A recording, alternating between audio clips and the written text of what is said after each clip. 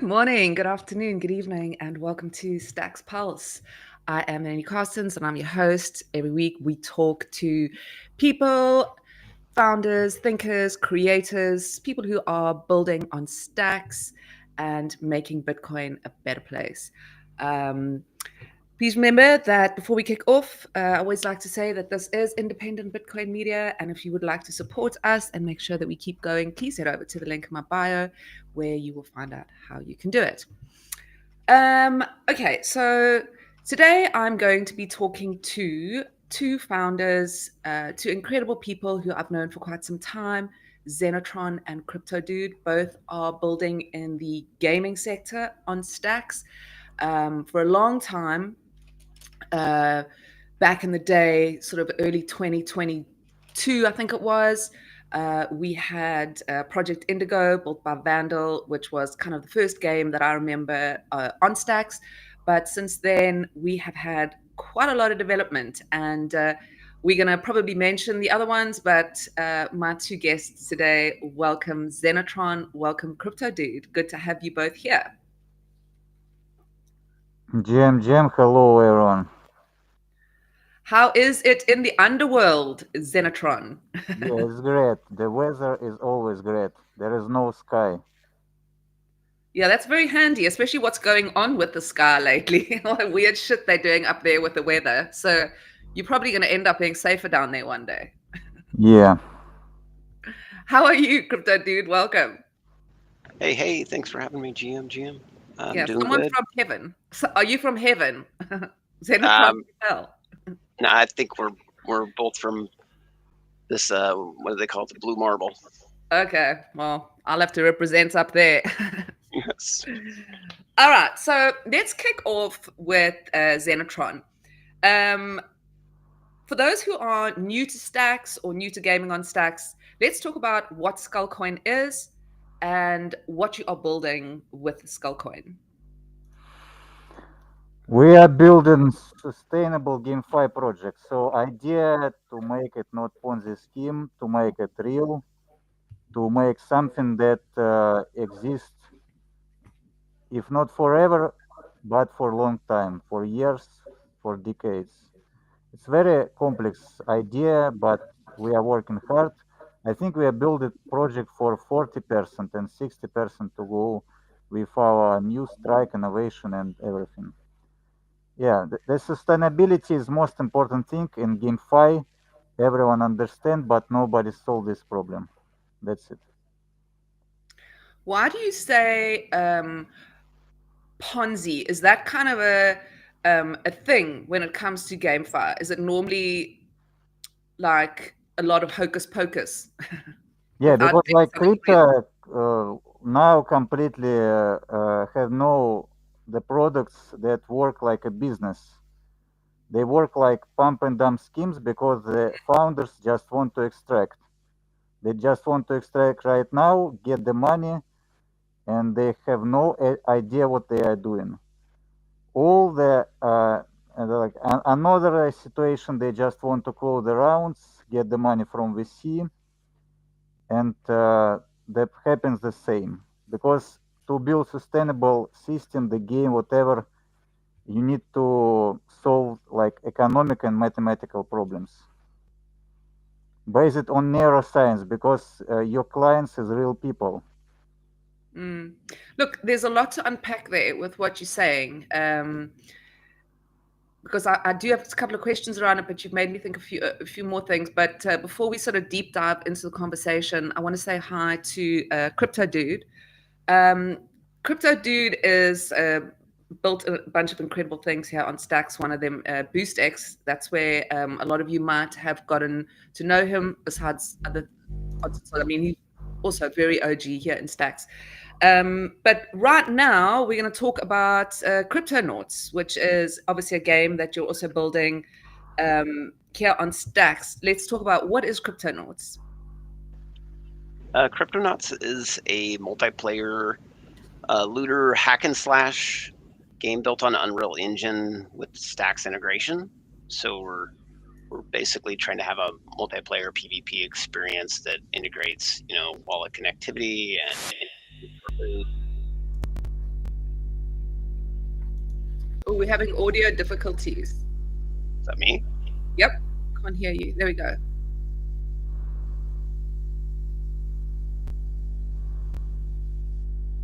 The signal from the underworld is not good today. Yeah. Do you hear me well? Actually, I'm just adjusting the voice level, the volume level. Are you hear me? I can hear you, yes. It's a good or not? It's noisy. How it is? Yeah, I can hear like a bit of a. I don't know who it is. Let me mute. Okay, this is just live, so we're just going to have a few technical sound check vibes going on here. Oops, sorry. Yeah, Zenny, it is you. Yeah. You've got like some sort of feedback coming through on your mic. I've just heard it now. Yeah, I'm just testing my mic to understand how to turn off, out, adjust levels. Because I want to make the volume as high as possible. Yeah. All right. Well, should I let you? I'll let you know when we stop hearing. Are you busy testing levels now? No, it's okay. If you hear me well, we continue. Yeah, we can hear you, but it's making like a sound. Yeah, maybe unplug your port and plug it back in or something. Maybe you got some interference or something. That was better for a second.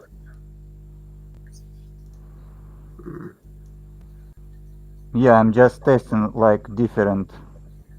It's a better now or the same? Still there. Oh no, that went bad again. This is just going to be us testing sound today. This is what Probably it's like. should have done this before we went live, but whatever happens. This is just real life, guys. I like to show real life. It's okay. All right, so you just soft mute yourself and through software in the meantime, I guess, on the Restream app, probably. That's a good idea. If you mute yourself if you're not talking, and then when you want to talk, unmute yourself.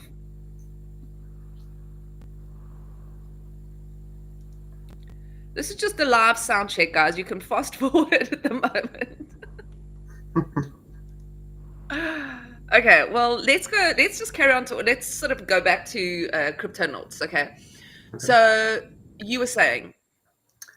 So yeah, Cryptonauts is a multiplayer looter hack and slash game built on Unreal Engine. It's got obviously stacks integrated into it. You know, you're going to be able to connect your wallet. You're going to be able to have a PvP experience and PvE experience. That's, you know, player versus player for people that don't know what that means.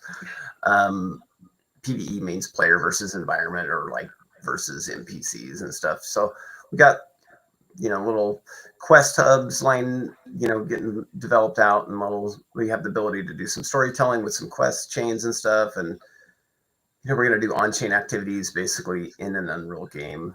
We're focusing right now on the movement and the combat. We want to make sure that's really smooth and dialed in, because we know that obviously if the gameplay doesn't, you know, resonate and it's not fun for players, it doesn't really matter what else is going on, right? So making sure we got that dialed in first. It's going to be pretty awesome. It's coming along really well, so I'm pretty excited about it. But I'll leave it at that for now.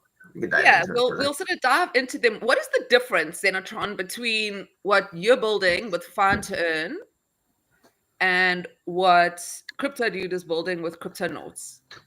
I think that the all games are different, but we need to understand the thesis. We need to build a game that that will exist, and it can be, like I said before, sustainable, because we need to start from very beginning. Why we building the games in crypto? Because like the games doesn't need crypto. The games. No, that's what I also wanted to talk about. Like, why? I mean, that's something we will get to, because that's a huge point. Is like, why do we need Web3 for gaming? Right. That's a right question. Yeah. You want to you want answer or you Yeah, want it's to like keep it you in want us secret? to answer that? Yeah, yeah. I think we should. I think, yeah. We're just going to leave it out there for you all to think about. No, it's an important question. I understand it as a gamer. Many parts of it I understand, but I think, yeah, I'm putting it out to you guys. Let's talk about it. Let's talk about why we need gaming to move, because it's a huge question.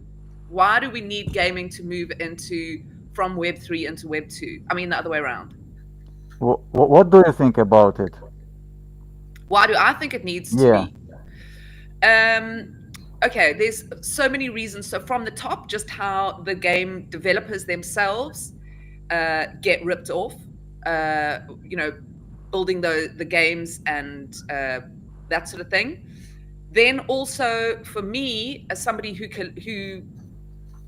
collects skins, I feel like all my vintage skins that can just go tits up if the game, disappears or whatever those, and that's what I love the idea of being able to use my skin in this game and then actually taking that character and being able to play with it maybe somewhere else.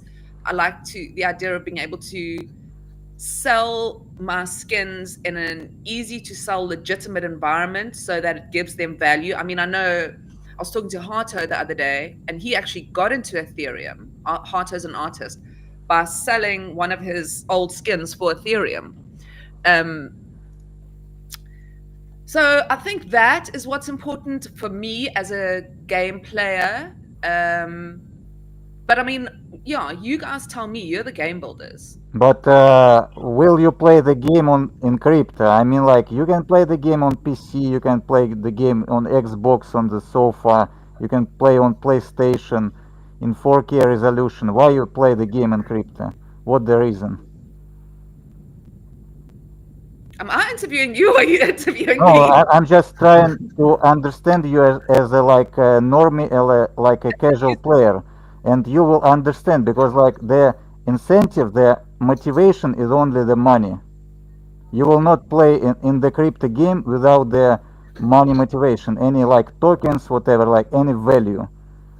I think That's from that's where the word GameFi borns. Game finance. It means like you can earn from the game. Otherwise, you don't need the crypto. I think it's part and parcel with earning and owning and Mm, time preservation, because you have people sink some time into a game, earn some assets. If those assets are you know essentially attested to on chain, you may not have the ability to port them one to one. It kind of depends on the game developers, between the two game developers, but you can have preservation of value, at least, where the second developer that comes along could in theory integrate those assets in one manner or another into their game, so that way some of the time spent you had in one game, game A, can be leveraged in game B. So there's not complete value loss, time sink, So part of that is why I pursue GameFi, because I don't like that loss of time in the game. I want some sort of ability to transition that value into a new game, that time into a new game. I think that solves. I'm not sure if you guys are familiar with the stop killing games movement, but basically there's a big old consumer initiative being pushed, trying to get it through a bunch of legislators to try and do something about basically how some game studios essentially just rug their games eventually, and all the time that players put into a game, just evaporates, right? So, I think blockchains can help mitigate that sting, because we have to be real. Game developers are not gonna want to continue maintaining a game forever. They're going to want to move on to other projects. They're going to want to build other things. Obviously, if the game is still popular enough, then that's going to change their incentives. But as the game's popularity wanes, which is a natural thing, it's a natural thing with most games. There needs to be some sort of way for the consumers' time and energy that's been put into that to be respected and honored more. And I think blockchains basically facilitate a perfect avenue for that. That and a lot of other innovations in gaming, but that's like the main benefit, I think, that and obviously your I guess you'd say achievements being forever if you put them on chain, that kind of stuff. Like the reputation side of things as well. Hmm. Well, that's it. And also, I mean, if you look at something like Roblox, right? You've got your identity, and to me, Roblox is a brilliant idea, or a brilliant Hey, concept. That sorry to interrupt you. Xenitron, don't forget to mute yourself, bro. So you're not humming in on her audio. with Roblox, to me, that is a perfect kind of idea of what would work so beautifully in Web3. If bunches and bunches of developers got together and built games that people could move through with their skins, build on themselves. Um, that's kind of because what you want to do is you want to target, you know, major web 2 app stores like Apple and all the ones, let's not be nasty about web 2 gaming, but so that to me. And another thing, while you were talking, I thought of, why do I want web 2, is because to me, just like I collect art, I collect ordinals, my skins also have that feeling, that same feeling that I have when I collect art. When I buy those, they appeal to me on a level that art appeals to me. Mhm. And so I want them to have that same provenance in a way, Yeah, yeah. I mean, there's a social credibility there. That's you can show that you're invested with local artists, or you're invested with your community of artists that way. There's all sorts of interesting ways that we can Yeah. integrate art into video games as well that has yet to be tapped into. Exactly. Imagine you have, instead of exhibiting, because that's what this allows us, it allows us to build the ideas that we have in our head as users and builders, without living under the rule or the direction that you're forced into by these big majors. Because imagine, for example, traditionally an art exhibition would be, you put paintings up on a wall. But imagine you went to 10 incredible artists and you said, right, design a skin. These things are going to be sold as ordinals and people can play them as prints. So somebody owns that main artwork, for example, and then you can buy the skins, but those are prints of this original. And this original then becomes highly sought after as a sales piece. Yes, the prints are, you want those because there's only going to be 25 skins, of this artist. And then that is an art exhibition, So there's a quote that I read in The Sovereign Individual when first is what switched me onto Bitcoin. And it is, in the cyber economy, genius will be unleashed. It's something about, I can't remember it now, but your greatest wealth will be the ideas you have in your head. And that's what I kind of love about it. That's to me. So to go back to your question, Xenitron, I think it is an unlimited answer as to why I would want to game in Web3 for me. You will want, like, if the price will be very big, to be honest, because if you want just to game, you play on the sofa Xbox with your family, you have fun using like numpad joystick. You PC don't need gaming, come Web3. on, man. You don't need Web3. You don't need crypto. But if the price will be very big, you will come to crypto. That's how it works. The motivation is only the finance. And it's no shame to understand it. And if we understand it and I would, approve it, we start thinking further how to make the game sustainable, how to make the game fair. That's where we going. That's a starting point. If you understand that motivation for the people, for example, playing Fine Turn is a very simple game. It's based on the digital maps, because first of all we saving the budget, second of all it's a unlimited pattern system with like different roads, mountains, like the rivers, doesn't matter, like it's just cannot be solved for AI for maybe 2 years more. And so idea that people have motivation to win the money. That's it. And how to make it sustainable where the very smart people, group of people, I mean like programmers, Chinese groups, cannot solve it, cannot extract your money, cannot get the money from human competition. That was the first question to make this game possible and to start making the culture very slowly, organic grow. If we have like budget from VC, we will move faster like in 100 times, but I don't believe in VC. VC is not so smart people. So the idea to make the culture, because for example, if you look on the meme coins, like Murat, he pushed like SPX 6900 like as a culture.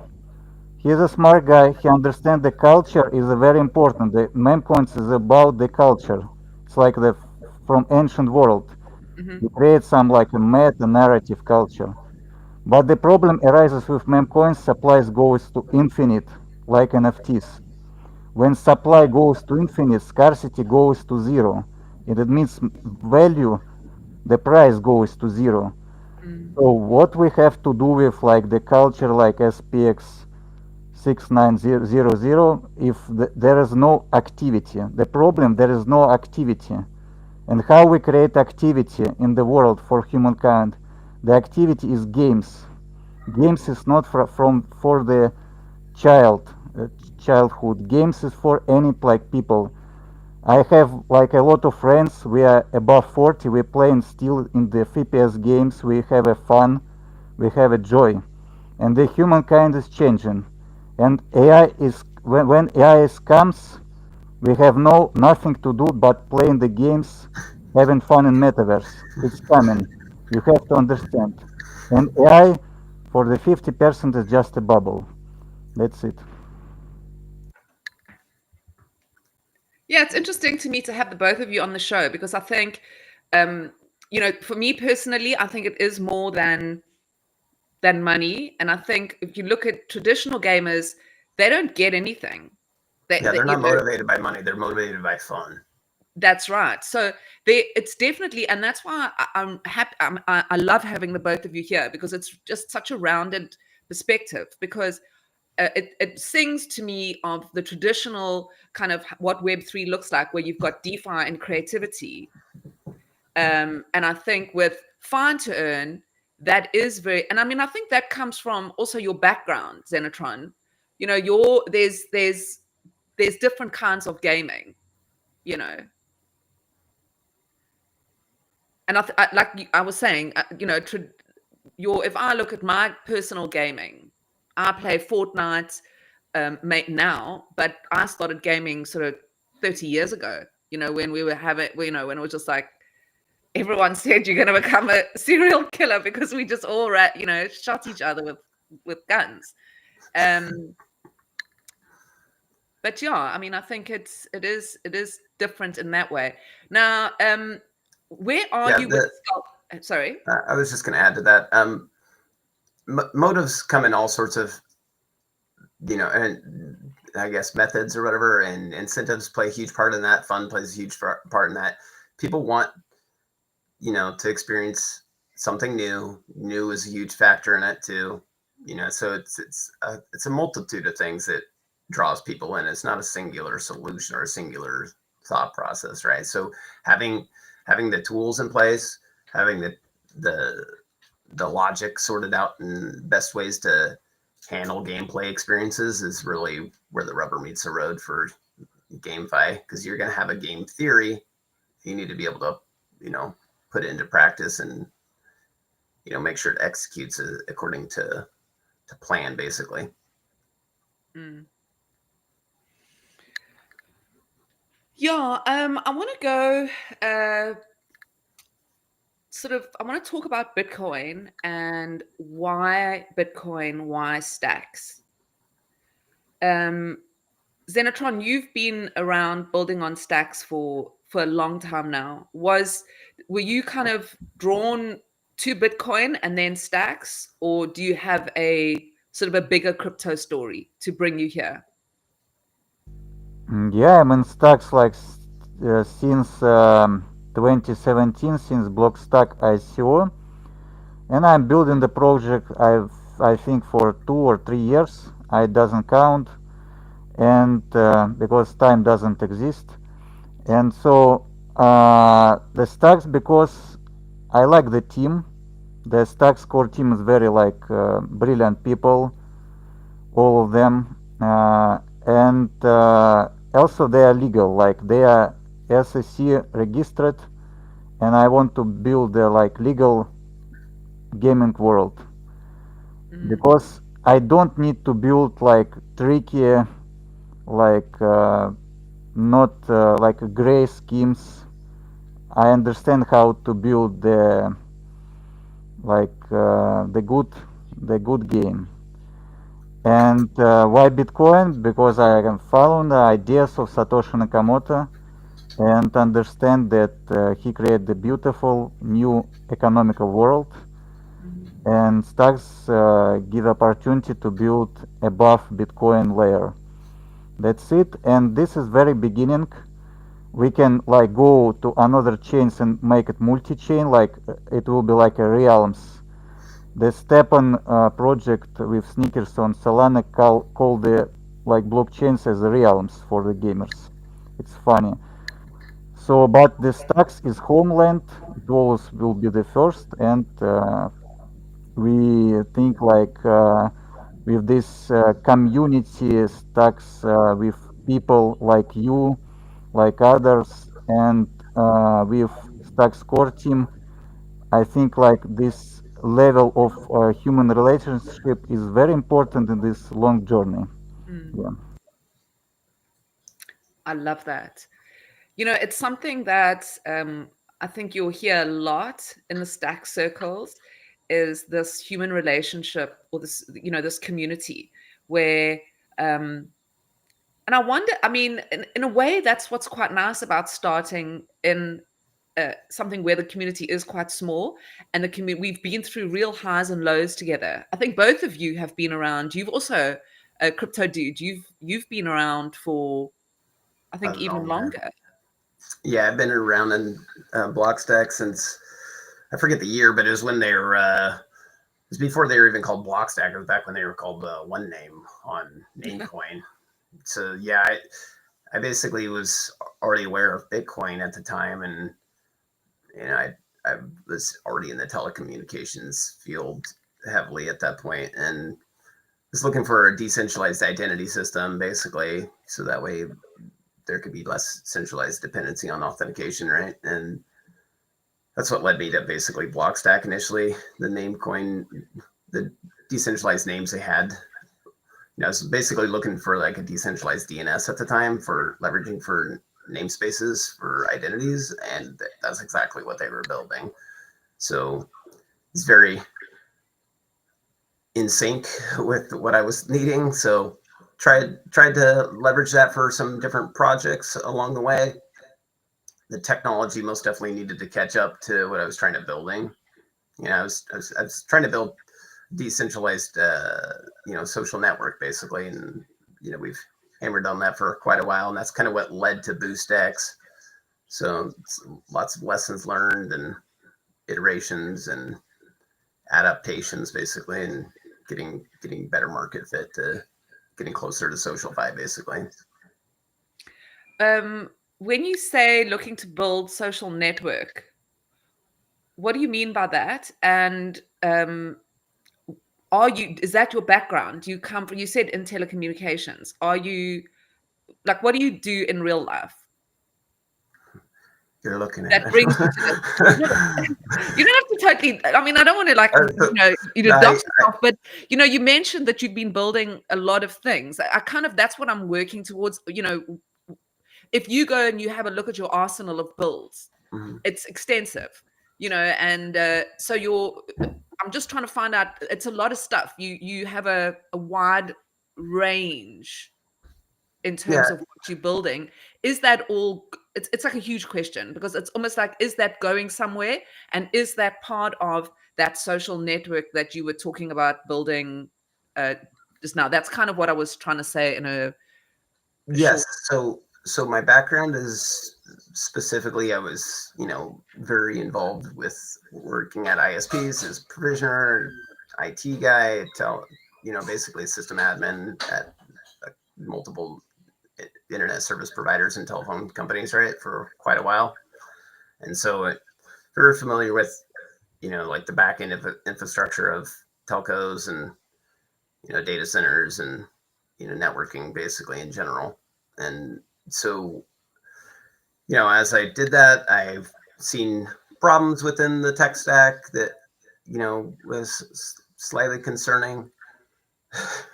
And so that's what, eventually led me to, Bitcoin and block stack and stacks, right? So in terms of the overarching vision, yeah, we want to have basically an integrated solution with, BoostX options. So we call it BoostX options. It's basically an options contract for individuals to essentially set some parameters on where they would like to see some of their service fees directed to when they're doing transactions at different points of, contact. So it's like kind of like a voluntary tax code. I think that we have like essentially an opportunity in society to update our financial infrastructure via blockchains and essentially try to remodel things that are based on consent rather than coercion. And that's the main appeal for me for blockchains is the cryptographic signatures provide a better form of transaction verification than traditional financial rails, because at the end of the day, traditional financial rails are backed by the barrel of a gun. So, getting math involved and getting, consensus involved is critical to, building a actual civilized society. So, that's what we're trying to do. We're trying to do our part and give people ideas on how we can leverage these technologies in new, interesting ways that better represent the individual. That's really what it's about for me, is making sure that the individual's rights are respected. And, it's all about individual sovereignty for me. That's what drew me to Bitcoin. That's what keeps me involved with stacks. That's what keeps me interested in building new ideas. Obviously the, money go up, is nice, but, people are interested in other things as well, gaming and social networking, all that stuff. So part of the grand vision is basically to have, a point of sale, at, social networking and GameFi, have an integrated options contract. So that way, users, as they're doing their things they do on the regular and doing them on chain, they're also, contributing out and paying out towards the different projects and different, things they believe in. So, that could be your local fire department, your, all, whatever the endpoint is, you can program it at an individual level and integrate that into the, I guess, the economics of how we structure things as a society. I don't like taxes. I'm just going to be straight up. I think it's how we propagate war, how we propagate aggression. So I'm trying to build the change that I think is possible with blockchains. So Yeah. I think that's why.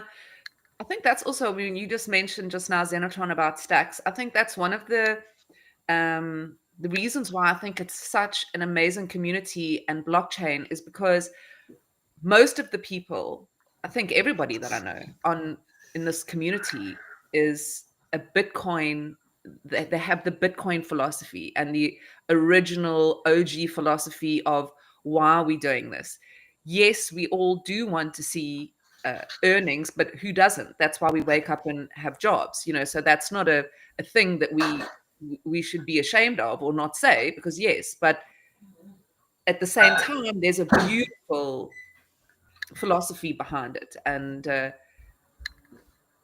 I like the idea of that being built into what, or baked into what you are building with that game, that you can have fun and you can still earn and have ownership and protect your identity. I mean, identity is obviously important for both of you. Xenitron, you're actually sitting with a mask. Are you sure? I say that. I say that. Why did I even say that? I just don't want people to know that I'm really talking to somebody from the underworld. Um, what brought you to building a game? I mean, you've got a lengthy history with gaming. Do you want to talk a little bit about that? Is that something you speak about? Yeah, sure. Long story short, so I born in like socialism, and I saw the problems of this like economical structure, and like in capitalism you can more to bring you ideas to the world, right? So when I was young, I started earning money from the gaming. I was very like successful Counter-Strike player. I travel around the world. I won championships. I was a team lead and co-founder one of the big teams. So after I take this earnings capital and start playing professionally poker, I play around the world again. I play cash games. And also I played with my team versus casinos. I have 6 black cards in casinos. So I just banned it for solving games. Yeah, because casinos is just a bad place from the mathematical aspect. But we solve some games. We find the leaks. Absolutely fair, but you Were know, you like part of a team, Zenny, or was it just you on your own? it's a team, different people. We got like like mathematician professor like in movies. He solved the games. We learn the rules. We rent a car. We drive to casino like entering one by one. We are not friends. We don't know each other. We know how to beat the casinos. And some guys coming to us and say, "Sorry, you cannot play more here in card games. You are banned. Black card. Goodbye." But the restaurants always the free. We just eat for free, for fun. Yeah. So yeah, What an we incredible story. I think that's such a fascinating experience because, yeah, you just hear about it, or we've all seen, what was that movie, Burning Down? Was it Burning Down the House?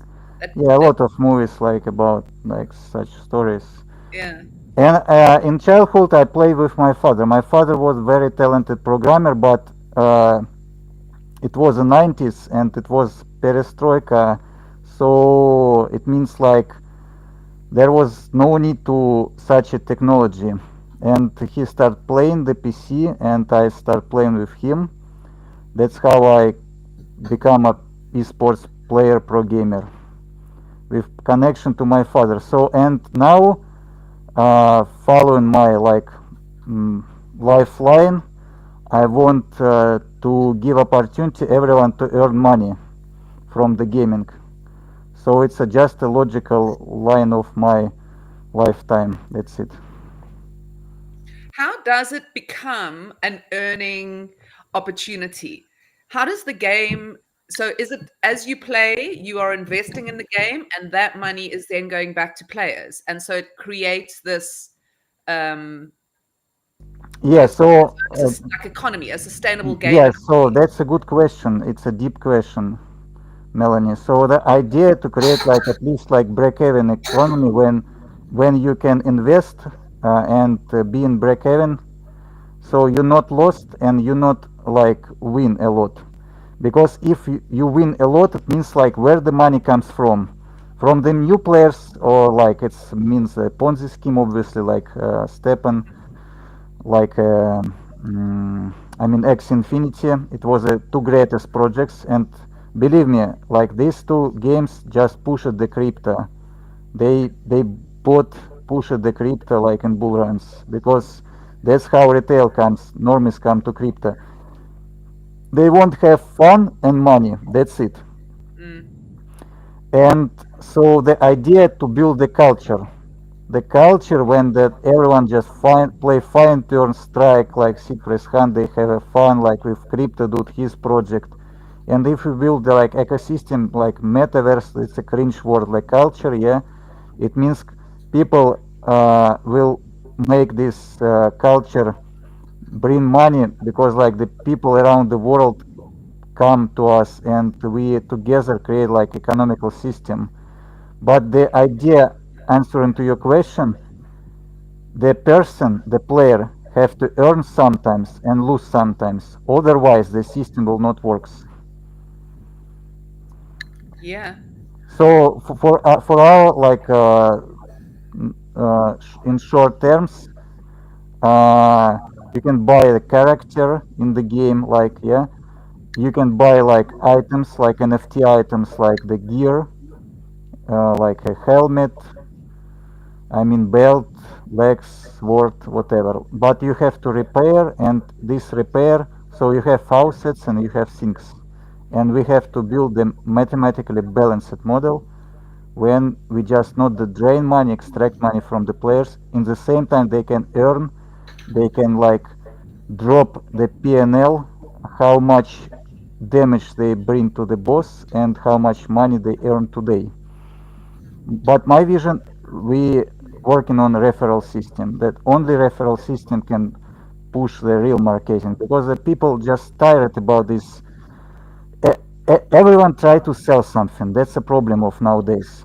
Buy my thing, buy, like this token, buy my NFT, whatever. Like it's a dead thing. Like absolutely, everyone using ad blocker. Everyone just trying to buy like yeah, I don't know, like YouTube Premium, Twitch Premium. This like advertisement there. People just tired. People want real things. People want to feel something, touch something. Sell me the pen. I want to just understand if I really want to buy this thing. That's idea. There was something I saw that RE404 posted. I retweeted it earlier. It is the top 30 media trends for November. And it says here media trends are shifting towards worlds that you explore, not just watch. Trend Hunter's latest report features Law, which raised around $7 million and hit 1.3 million revenue by turning fandoms into searchable spaces. Feels like interactive artifacts are becoming the real entry point into stories. Yep. Yeah. Um, so to dive into that a little or tap into that, yeah, I 100% agree with that. There's also, in terms of sustainable models, breaking the fourth wall. And I'm going to explain that here in a second, what I mean by that. But, in traditional cinematography, if the character looks at the camera and like talks to the viewer, that's called breaking the fourth wall, right? Well, there's kind of an inversion of that, which would basically be the viewer affecting the story in real time at scale, concurrently with other participants being able to see that effect. So it's having the viewer be more directly involved with the gameplay experience. That's what one of the things we're shooting for with Cryptonauts. It's going to tie into Boost X, also tie into those options like I was talking about earlier. So basically, you can think about it like you'll be playing Cryptonauts, streaming it on X. You'll have your BNS handle like I got, so I could be streaming on Cryptonauts on X under my name, Cryptodude.btc. Somebody comes and watches my stream on X. They have Boost X installed. They can boost me while I'm streaming, and then that will affect some gameplay effects, whether or not that's like a care package being dropped or some sort of event triggering. The imagination is pretty much the limitation there at that point. But the point I'm getting at is involving the user, or involving the viewer rather, because gaming is very social, and it's streamed a lot, and people build their communities around that, and that's why stuff has gotten so popular in terms of gaming sometimes, right? It's just because some streamers turn their crowd onto it and they're like, hey, have you seen this really cool game? And the people are like, oh, I didn't even know about that. And then they just dive into it because they've never heard of it and they're getting exposure to it. Well, being able to bring the viewer involved, or get the viewer more involved in the gameplay experience itself, is a super interesting model just in general in terms of dynamics and mechanics for a gameplay experience, but it's also a good opportunity for sustainable business practices. So, because the viewer wants to be involved more, obviously. That's why they do Twitch, tips and stuff like that to get their little splash on the screen, so that way they get the shout out by the viewer or by the streamer. So there's that I forget what the term is called, but there's that social angle there. I think it's called parasocial or something like that. But basically, people want that social engagement, and there's nothing wrong with that. People need connectivity with other humans, and so if we can facilitate a new way for people to engage in games with each other as a viewer, kind of affect the outcome, or have a little fun in the process, and then also ensure that there's some business logic, we'll just say, wired in there, so that way the GameFi experience can have sustainable operations. There's other methods obviously as well, just like what Xenitron was saying with itemization and leveraging NFTs for items and stuff like that. That's like the clear example, but there's other super interesting ways that we can leverage blockchains to improve the game experience as a whole. Yeah, I agree. Because like in digital era nowadays, the people the more shiza, they sit in their homes, the less connection like in real world. Yeah, just on PC. And the gaming is a big opportunity to make this connection. Make I mean even dating, because when people sometimes gather in some house with friends, what they do, they play board games. Why? Because the board games create some connection and activity between the people, right? That's the same here, because people underestimate the games. There's something sometimes people think the games for for young people, but it's not. We just we played in August, in the end of August, and Cryptodude played with his team. They won maybe 5 times. We play Sea Race Hunt. Yeah, this was amazing idea to make activity and engagement between the people, because the game is very simple. Melanie likes, you mint NFT and you have one seed word, but you need to assemble 24, right, to open the wallet. But different people have different words. It means it's natural connection between the people. You have to trade, exchange, and a lot of people bluff with each other. They just drop the random word and give me the word, but they bluff.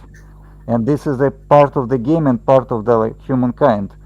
Yeah. That's how we can create something new. Yeah.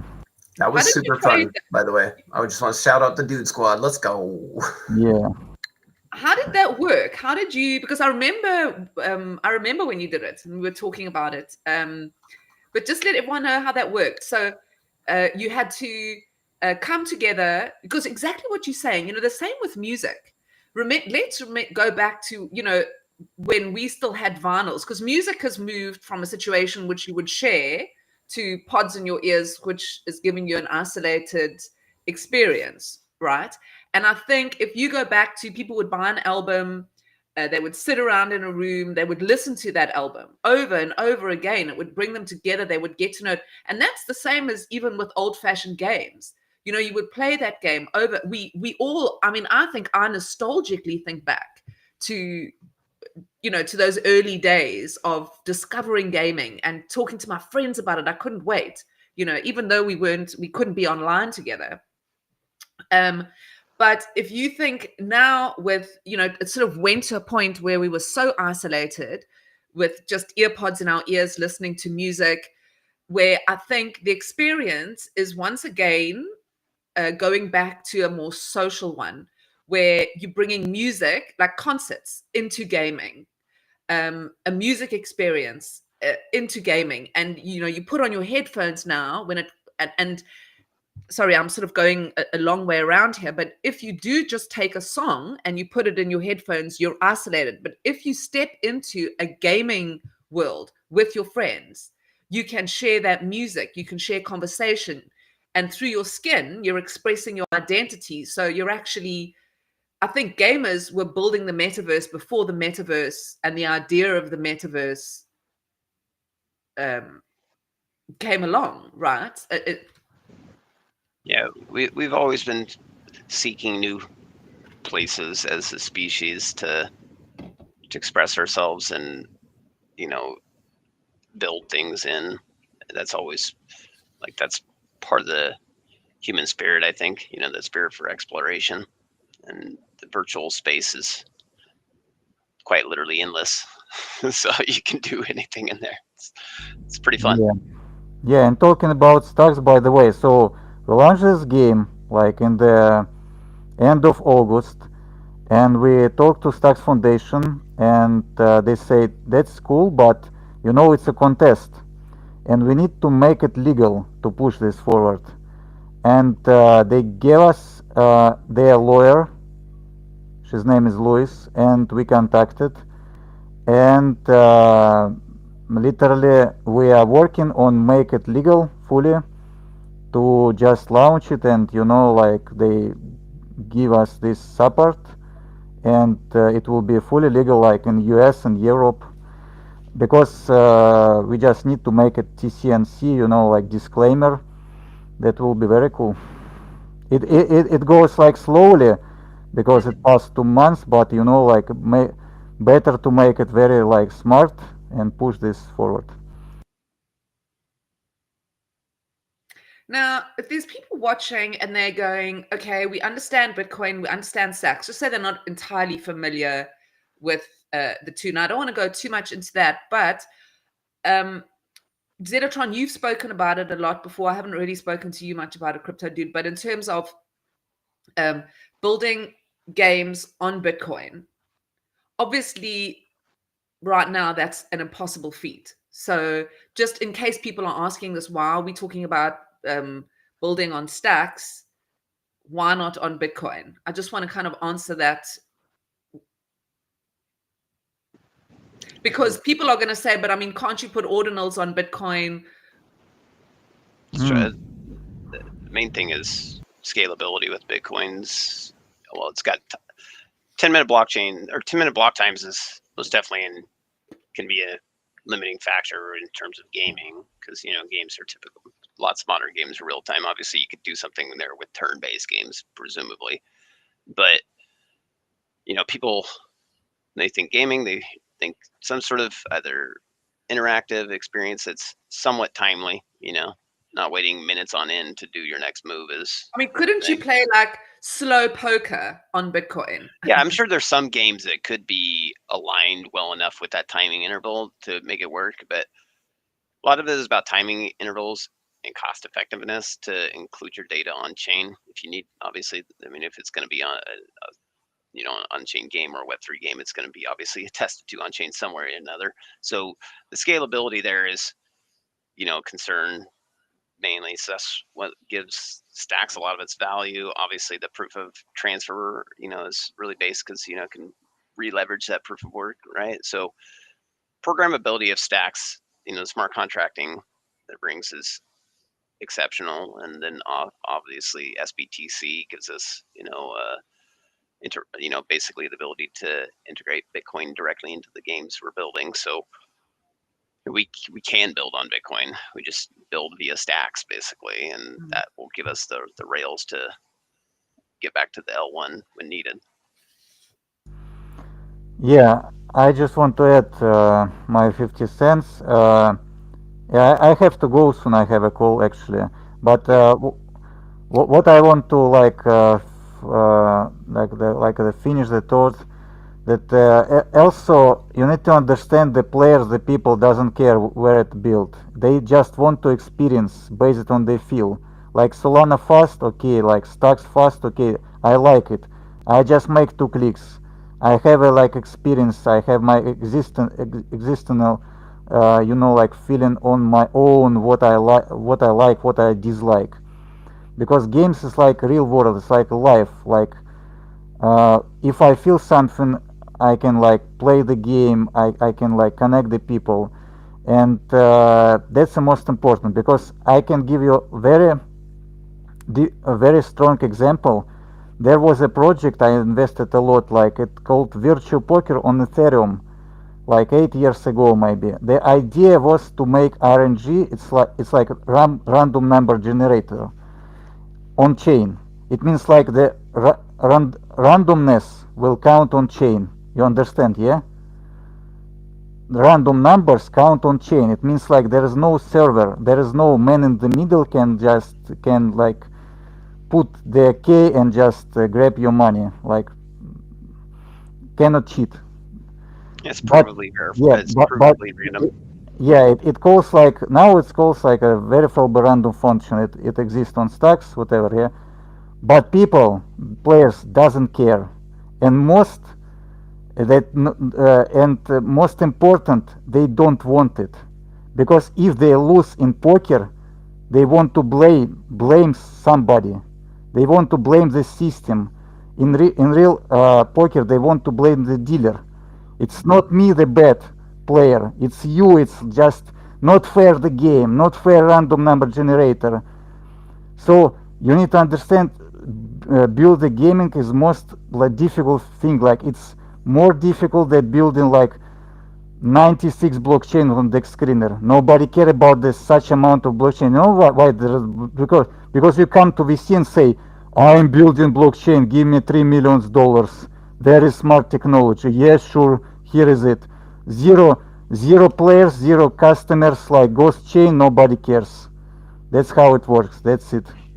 Thanks. Listen, it's a good point. But if you think about, sorry, Cryptodude, but it's, we all use Netflix. We don't care how it gets on our TV. Right. We don't care who made the TV. We just want the TV that's going to give us the best picture. And we want if somebody came along tomorrow, which is what Netflix did, right? It came along and wiped out pretty much all other services, specifically, I mean, where I am, it's just like Hollywood, even it's bringing Hollywood to its knees. So yeah, it's true. People to add to that though, nobody subscribed really to Netflix until they actually had some content that people wanted. Though they were there for a little bit, a hot minute, with we'll just say a bunch of B-rated content that was just trash. Nobody was getting down with it. So that tells you that value's got to be there for people to want to go through the ropes to get it. You know what I'm saying? 100%. So, well, that's how obviously I come from the music industry, and that's how Spotify did it. Spotify wasn't the first, but Spotify was the one that went and did all the deals with the labels. So Spotify went and got the licensing deals with all the record labels, and gave the record labels shares, which is a little known fact. So most of the labels have shares in Spotify. That's how Sony Music bought the entire music industry, was by selling its shares early in Spotify, half its shares. So, and then just went and bought up, everything literally. So content, obviously, and that's how they blew up, was because then they had every musician there. So yeah, I mean, we need, that's right. You need, and I think we spoke about it a lot during D grants, is when I sort of structured how to build this, was we need community, we need foundations on which to build, and then we need builders, and if we don't have those three things in equal sort of, it's like a game in itself that you've got to constantly massage to bring it to life. Yeah, you called it I think you were referring to it as Lego economy or something like, or build blocks. I can't remember quite, but it's something along those. It's modular. I totally get it. But was it you who said to me afterwards, there's another word for it? What was and I said, yeah, I know. It's just like Lego seemed to me the most visual way. Yeah, I was saying modular. Modular, that's right. And I said, yeah, no, I know. But it just, to me, I see it. And you know why I love it? Is because Lego fits so beautifully, and it's all these different colors. So it's like all these blocks have their own sort of identity, and you can use them to build anything. Like, anything you can imagine, from some food to a spaceship, Yeah, yeah. Yeah. That's why we build on stacks. I mean, the modular nature of the smart contracts is really nice. They're obviously open source. You can interface with them and do, smart contract function calls. So BNS is a super base tool, gives developers a way to, have an identity system that they don't have to micromanage as a builder. They don't have to depend on Google for authentication and stuff like that. It's super nice. So there's lots of things going on in stacks that can be built, that's being built, that has been built. It's crazy. There's a lot. It's an exciting time. Zeni, I know you said you've got to go. Yeah. Is there anything you just want to give, kind of what is happening with Skullcoin? Anything you want to leave us with? Any alpha you Yeah, have? like we just apply for the SIP 31 grants. We're waiting and we start building like Strike to finish the whole project, to start the referral system, to push the ecosystem forward. And I have very high conviction. I understand what I'm building, why I'm building, and it should be based on feel of the people, of the players, and we create this community slowly but very strongly, with also Cryptodude boosters, and they support us, and we all together can create something new, because we are not like creating the thing that already created on other blockchains and just creating the new AI that have no meaning. Like,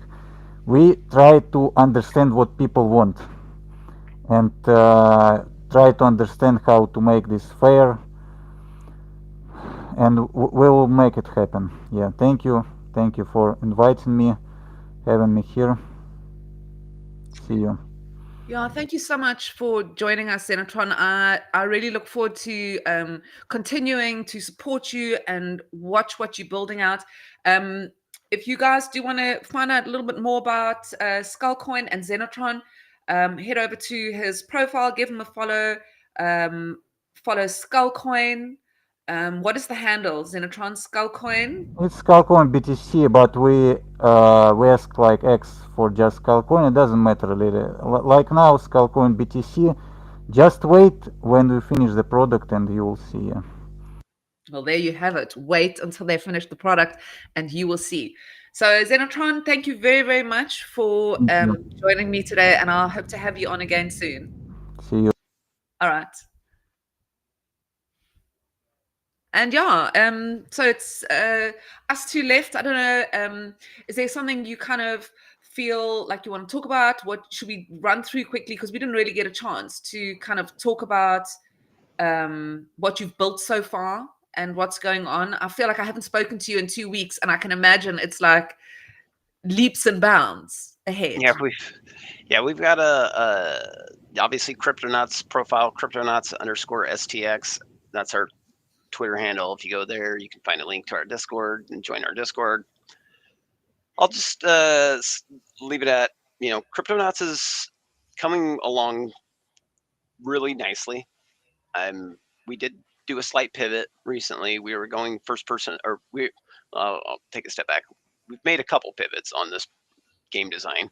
We were originally like first person shooter, right? And then we're like, well, I can't see my character, and that's, I want to look at all my cool stuff that I got, because that's been the design the goal the whole time is, change the customization of the character based on the NFTs and stuff, ownership, how you load it out, right? And so we switched to third person, and then we're still a shooter, but shooting can be somewhat, gets boring kind of quick if you're just shooting guns over and over.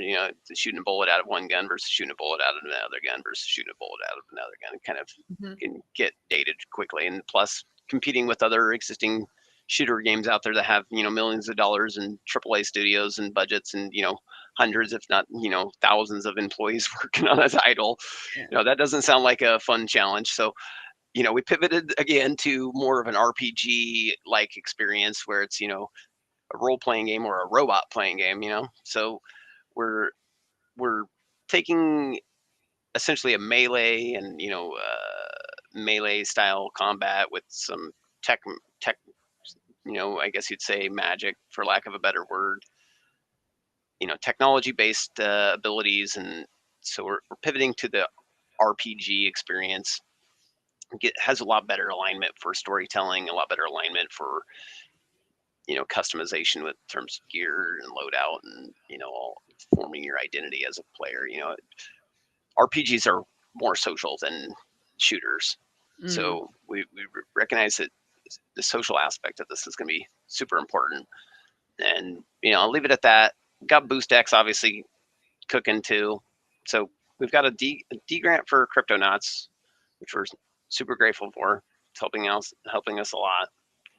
And we've got also a SIP31 interim grant for BoostX, which we are, knocking on wood here, getting that funding on that this week. There was some perfect storm delays, I guess, apparently on the back end, but we should be getting that this week. And then that'll allow us to complete our roadmap for BoostX, which has deeper integrations with other things happening on stacks like Zero Authority, and even the Find to Earn is going to have some deeper integrations, and profile specific featured artists will have integrations. There's a lot going on in that roadmap. We're super excited to finish that. We've been hammering on BoostX since February, and BoostX is kind of the evolution of a lot of work that we've had in the past. And we've also got other projects going. You can see here in my little thing right around here somewhere. Here we It says go. Dcast and StackSpot. Dcast is a stream overlay early alpha. We didn't put in a grant request for that, but it is technically usable. So if you stream and you use OBS, you can go in there. It's like the early alpha on it, so it probably will have some issues, but it's free at the moment, so take it for what you will. We do plan on having a freemium model, so there'll be a free tier on that and then a premium tier on that. But we also have StackSpots, which is something I've been working on with CryptoSmith. He's been kind of leading the charge on that one, but basically it's a funner way to stack together. We can all kind of come together in a pot, stack some funds, and then a winner is randomly chosen on chain, and so they get the full yield of everybody's yield, basically. Well, 90% of it technically. So basically the way it'll work, 90% will go to the winner that's randomly selected on chain. 5% will go to the creator of the pot. I'm talking about the yield, by the way. So 90% of the yield will go to the winner. 5% goes to the creator of the pot. 2% goes to the starter of the pot, basically, which is the person that invokes the stacking side of things, and anybody can do that. And then 2% will also go to the closer of the pot, which anybody can do that as well. So there's also 1% goes to the platform for sustainability purposes, but there's basically 4% of the yield per pot that's up for grabs by just anybody, not just the people in the pot, but quite literally anybody in the ecosystem. So you can try and time it and get in there and click that start button or click that close button, basically. And So how does it work? So could I say, so would I come along and I would say, okay, I'm going to put in, I'm going to stack 1,000 stacks in this pot. Mm-hmm. You say it's the yield. So everybody's putting money into the stacking. Mm-hmm. And then everybody puts money into a pot. That pot gets stacked. Is it the same amount? How do you decide how? So there's a minimum amount, and everybody has the same equal odds. It's not a weight-based stacking. We already have weight-based stacking. That's what stacking is generally. So, it's even odds. So there's 100 seats maximum per pot. Yeah. So depending on if the pot fully forms, you will have, at worst case scenario, 1% chance to win the yield. So we're steering away from weight-based stacking because just favors whales. We're trying to give people a fun way to enter with a minimum and then have an opportunity for an outsized reward for the reward. And then it's risk-free. You still get your principal back, so you still get your perfect example. We'll have one 100 STX. You'll enter with 100 STX. have a 1% chance to win the yield, which will effectively be 90x what your yield would have been if you won.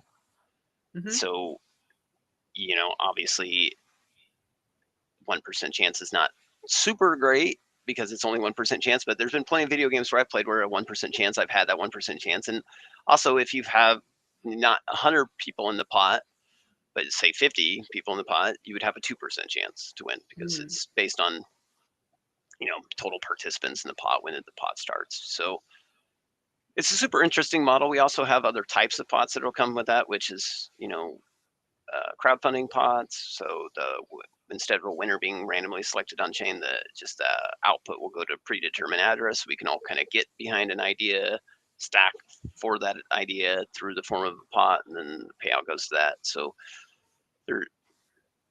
couple that with allowing for sponsorship in pots will make it super interesting. So, we can have, potentially larger entities in the ecosystem kind of get behind an idea without putting their principal at risk. They can just do it with a little bit of yield.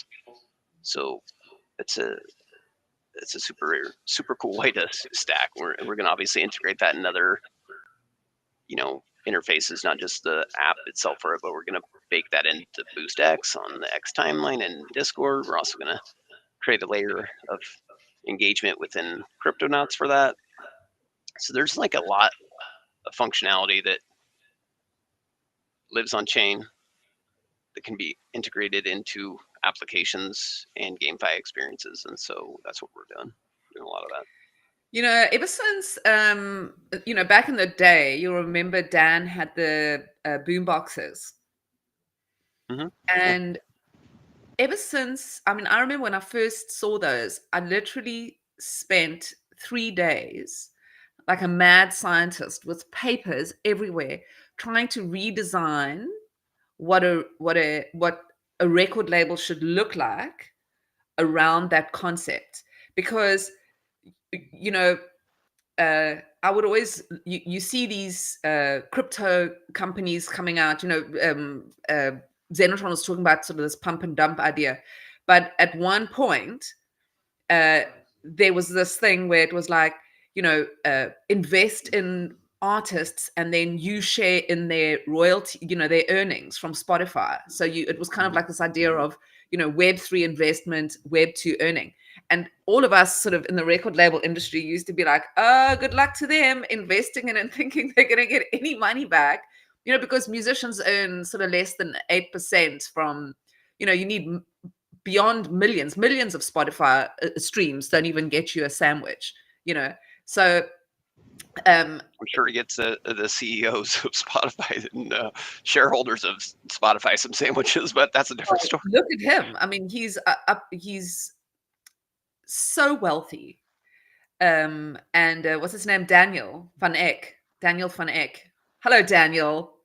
So nice what you did. So that whole idea just doesn't work because musicians don't make any money. Okay, that's not a possibility. But if you look at this idea of stacking, and so you give your money, that in those days it was 40 stacks, and you would get an NFT back, and then whoever held the NFT would get the yield. But there could be a reverse way to do that, where if I'm a musician and you buy my my track, I could earn the yield and you still retain your initial investment. So to me, it seemed like such an incredible way to sell music.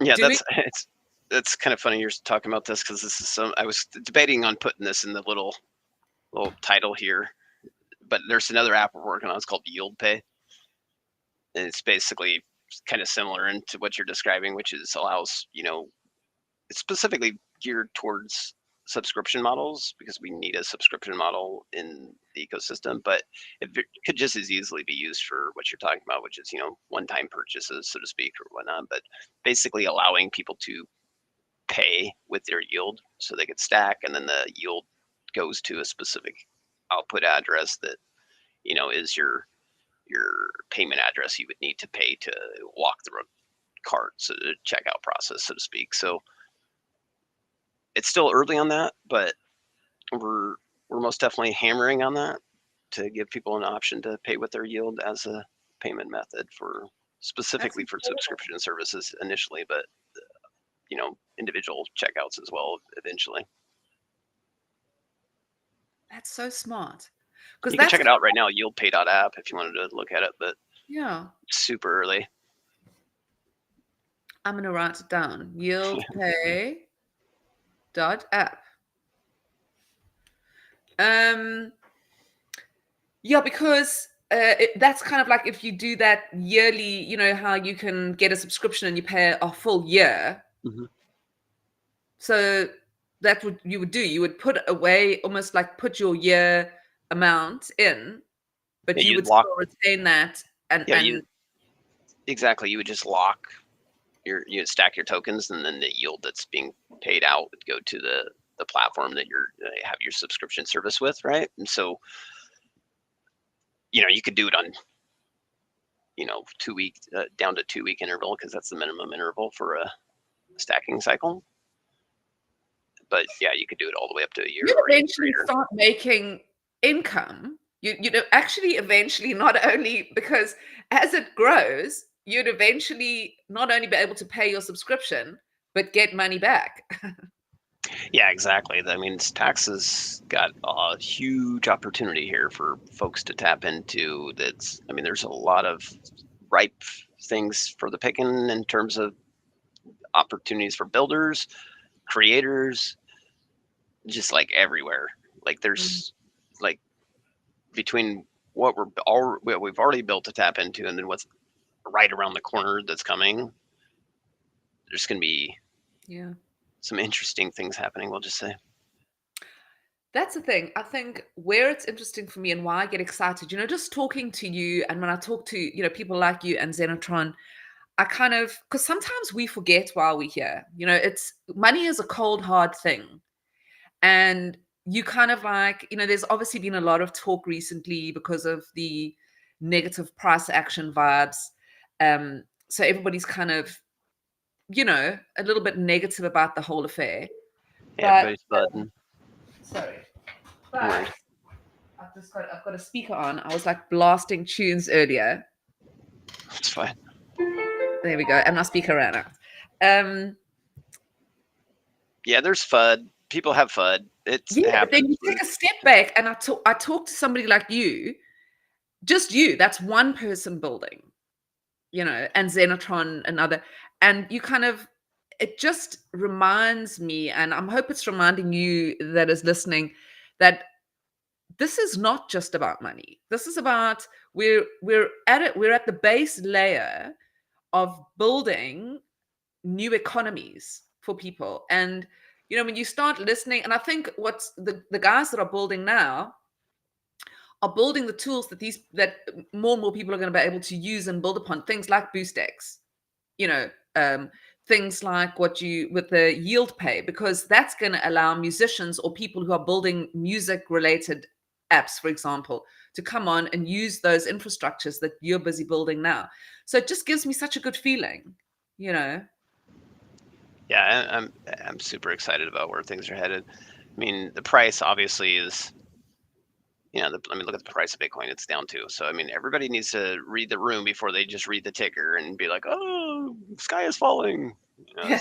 So like it's a market. It goes up and down, folks. That's how it works. It's just, if you zoom out a little bit, you'll realize that that's how markets do things. And then, if you zoom out a little further, you'll realize that the general trend of, Bitcoin and, decentralized financial tools, basically that give power back to the individual, those tend to trend upward. And the ones that give power to central authorities tend to trend downward because, there's abuse that happens. So it's about keeping each other accountable at the end of the day. So if we want to have actual civilized society, we have the tools now to build it. We don't just get to do, you know, I guess virtue signaling, and when we say, you know, pay your fair share and to have civilized society, we can actually like make sure that it's fair and make sure that it's civilized. So, you know, we just got to build the change and actually like, you know, voice our feedback. Like stop asking for permission to build the things you're looking to build. If you're not hurting anybody, you're probably just fine.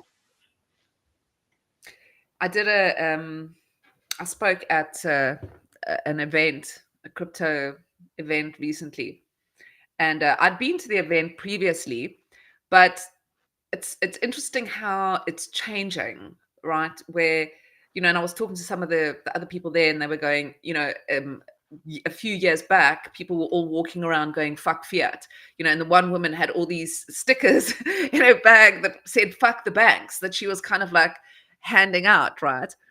And I got there, and I had planned, there was a slide in my talk, and it said, it was a picture of Bitcoin versus the bank, it said. And what I was saying in my thing was, if you're taken, we obviously work in rands. If you're taken 100 rand and bought Bitcoin, put 100 rand in the bank for 5 years, every month, you know, once a month, 100 rand in the bank, between your bank charges, you would have saved 6,000 rand. Okay. But it would be less than 6,000 rand because of the bank charges, and it would have less buying power. Okay. So that's the thing. But if you had bought 100 rands worth of Bitcoin per month for 5 years, you would have 16 to 18,000 rand. Okay.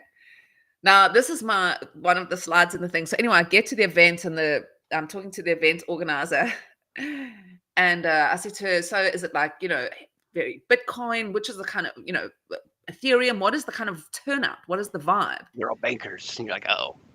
It's like banking. It's just like banking and SARS, like the tax people, finance houses, and banks. Oh, And you guys suck. I was like, oh my God, like a portion of my entire presentation is like, it's just like Bitcoin, stacks, Girl, this Bitcoin. is turning fuck into a banks. roast.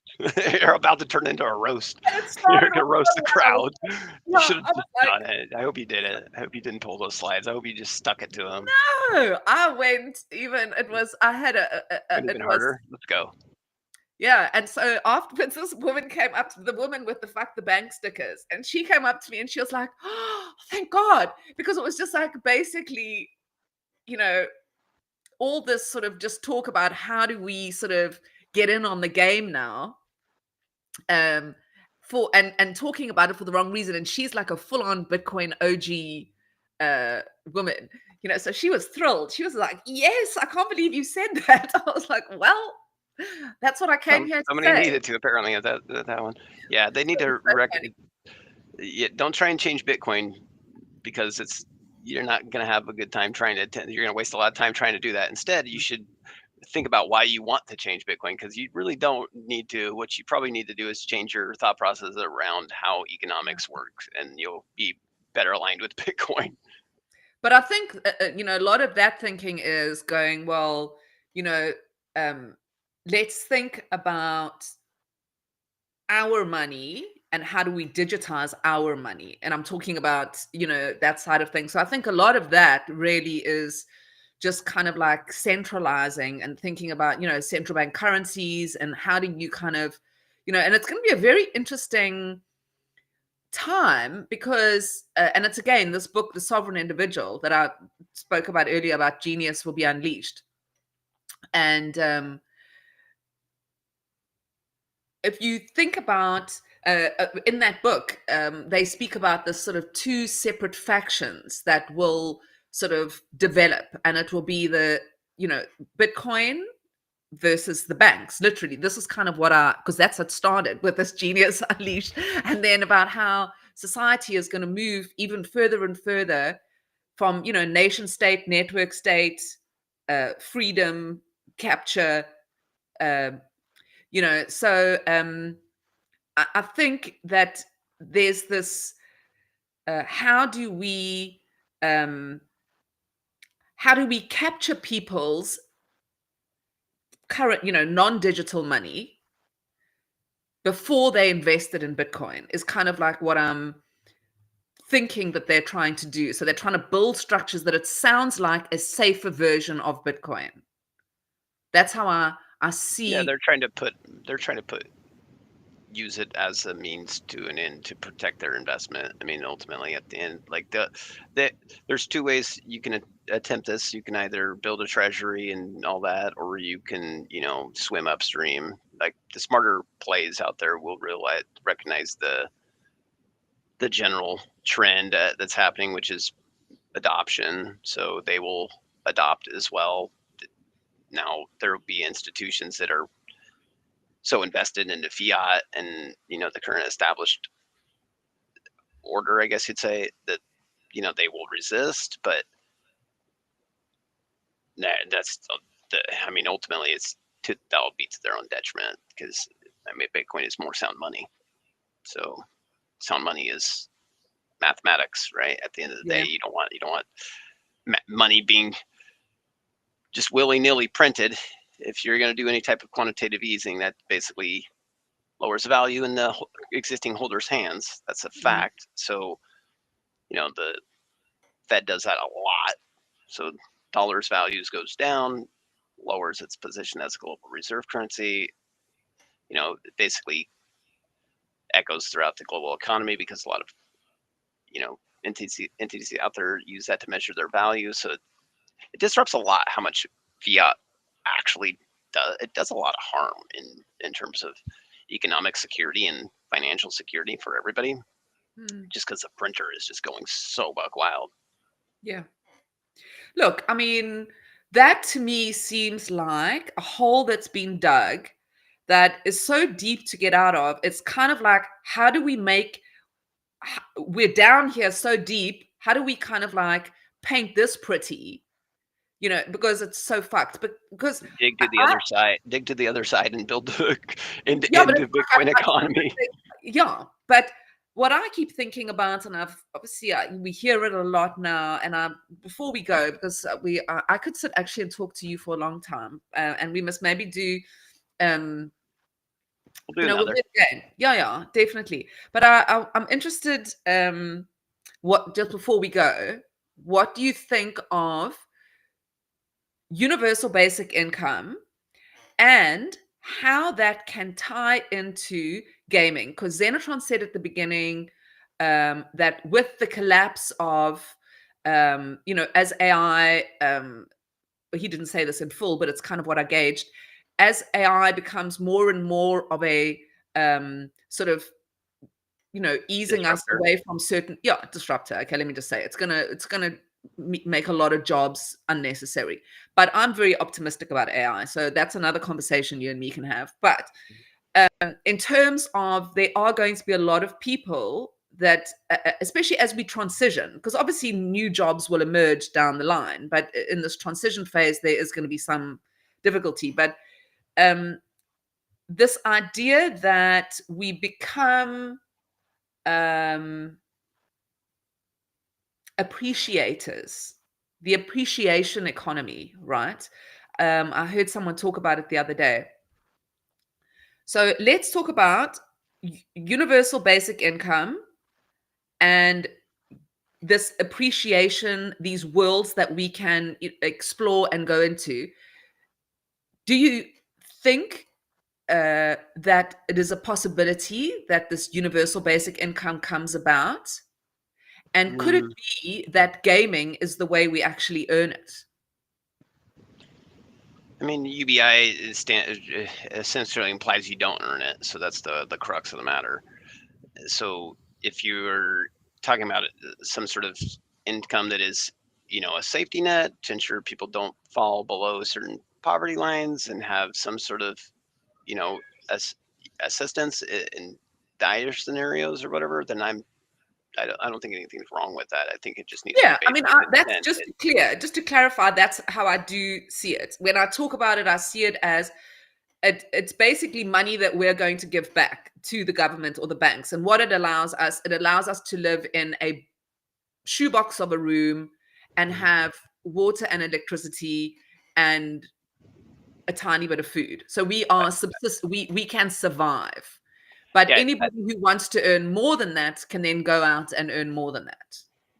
yeah, I think what's productive capacity is more enhanced via AI, and we have much higher productive capacity as a society than that type of avoidance of people going hungry and going without shelter and going without all the basics essentials. I think that will be much easier solved because there'll be much more to go around.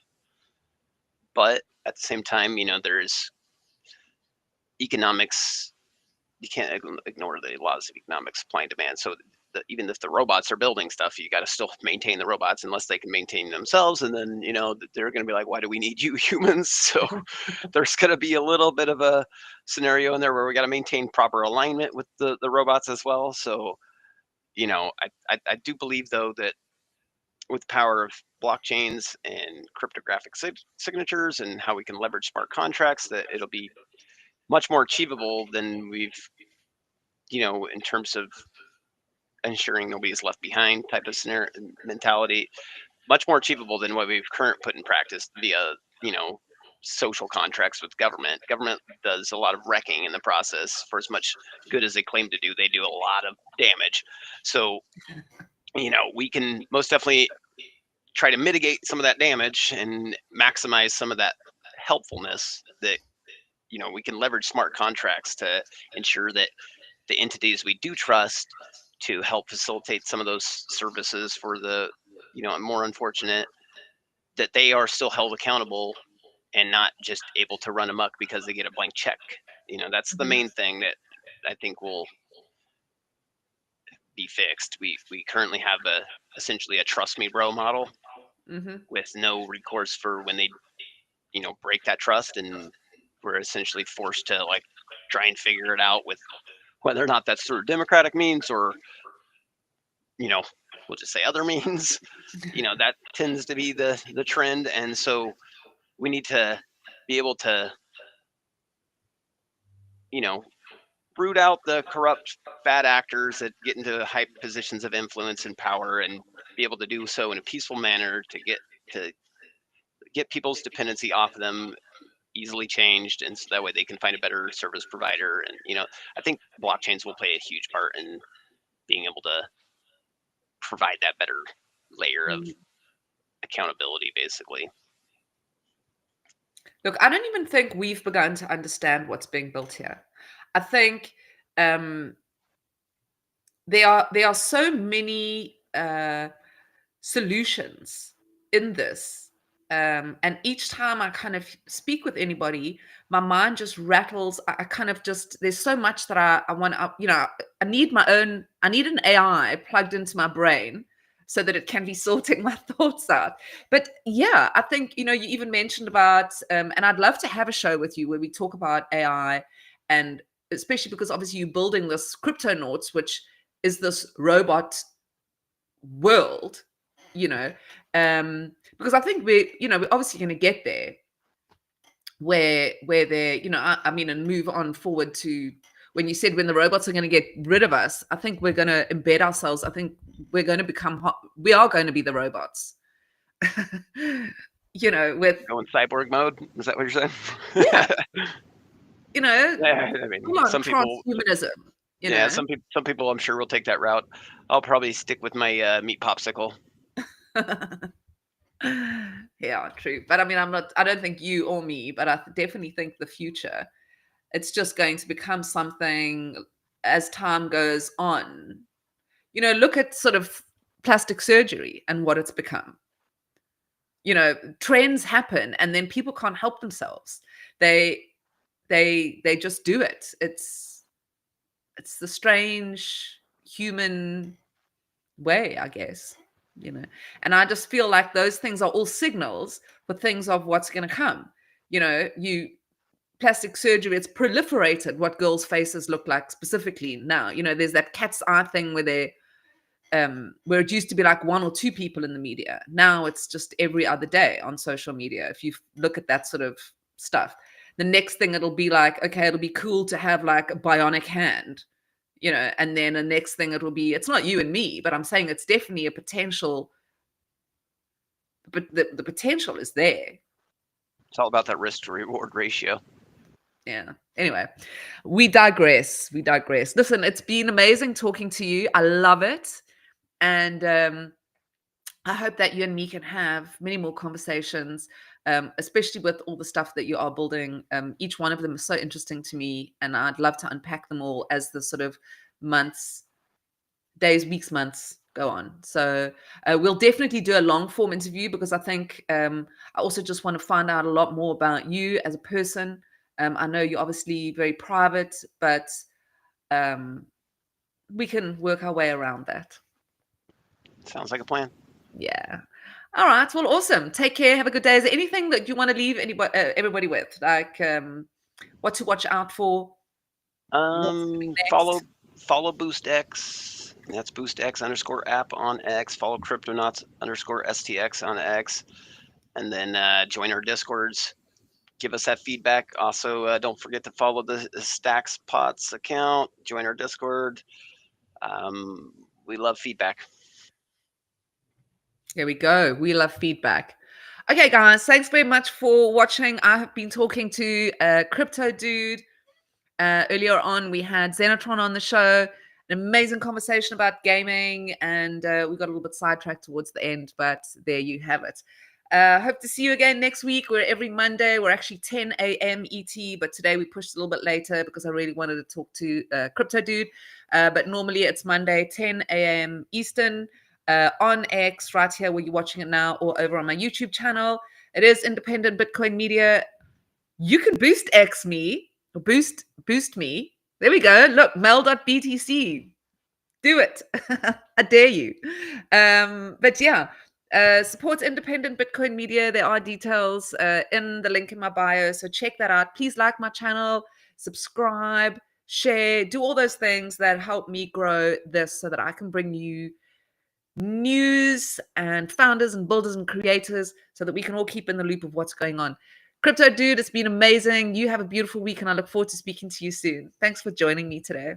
Bye. Later.